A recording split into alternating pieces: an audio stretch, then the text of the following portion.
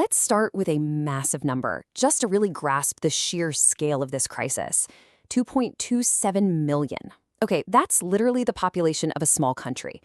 But here, it's the staggering number of aspiring medical students who sat down for the 2026 NEET UG examination. That's India's ultimate gateway test for medical undergrads.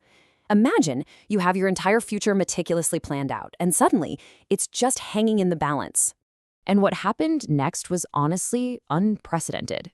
Following the shocking cancellation of that very exam, all thanks to widespread digital paper leaks, the country just erupted.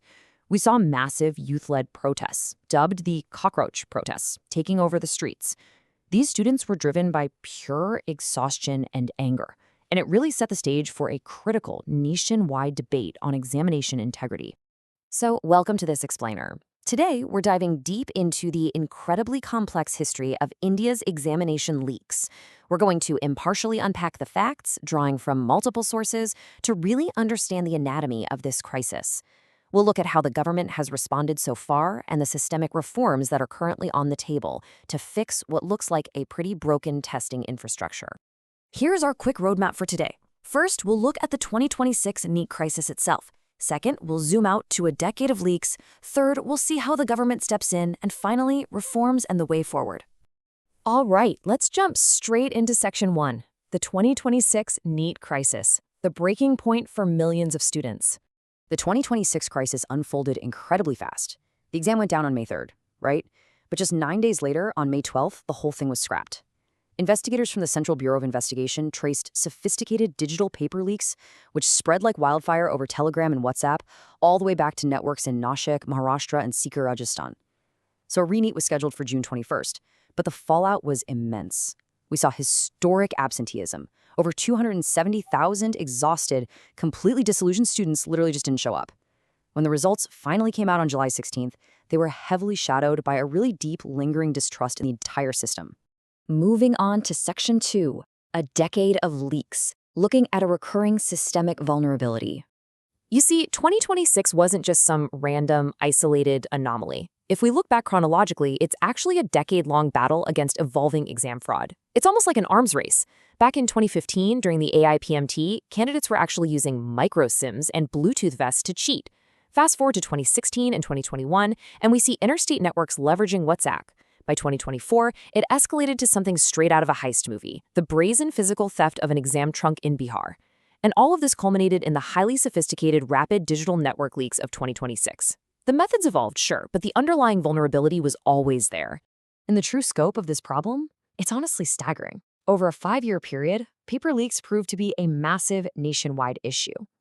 We're talking 15 different states and 41 different job recruitment and entrance exams affected. This goes way beyond just the NEET examinations. It impacts millions of candidates across so many different sectors, really highlighting a severe structural weakness in how public exams are administered across the board in India. Which brings us to Section 3, the government steps in, covering legislative and executive actions. In direct response to these recurring nightmares, the government enacted the Public Examinations Act in 2024. And the penalties here are no joke. We're talking up to 10 years in prison and fines reaching a massive 1 crore rupees. That's roughly 10 million rupees. This law is a huge shift in focus. It's not really about going after one single cheating student. It's specifically designed to dismantle the organized education mafia, the massive syndicates that are actually orchestrating these systemic leaks. Now, complementing those harsh new laws, executive action was also taken to speed up justice.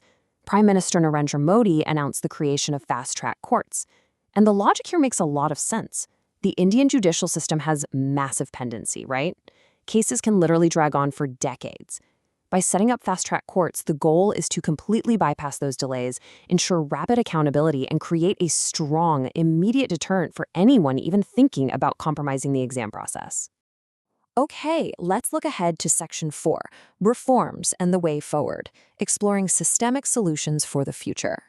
The absolute biggest structural shift announced by the Education Ministry is finally moving away from the traditional pen and paper format.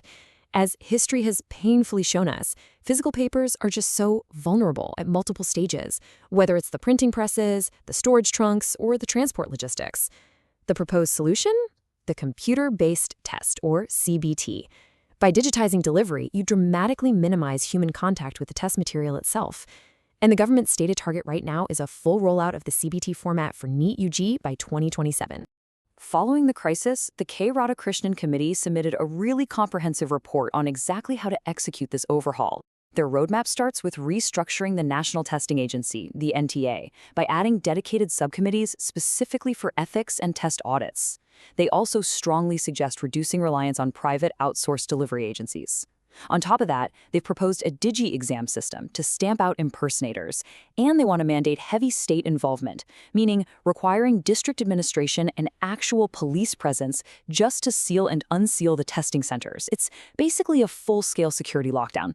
But as educational experts and civil society groups have rightly pointed out, you can't just fix a crisis like this with digital locks and police escorts. You have to fix the human element. You have to rebuild public trust. Right now, the anxiety and pressure on these young students is just immense. So, key recommendations also include creating a National Education Crisis Dialogue Committee to actually foster open communication.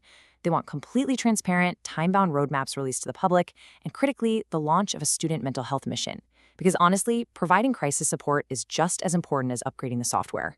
Which brings us to our final thought.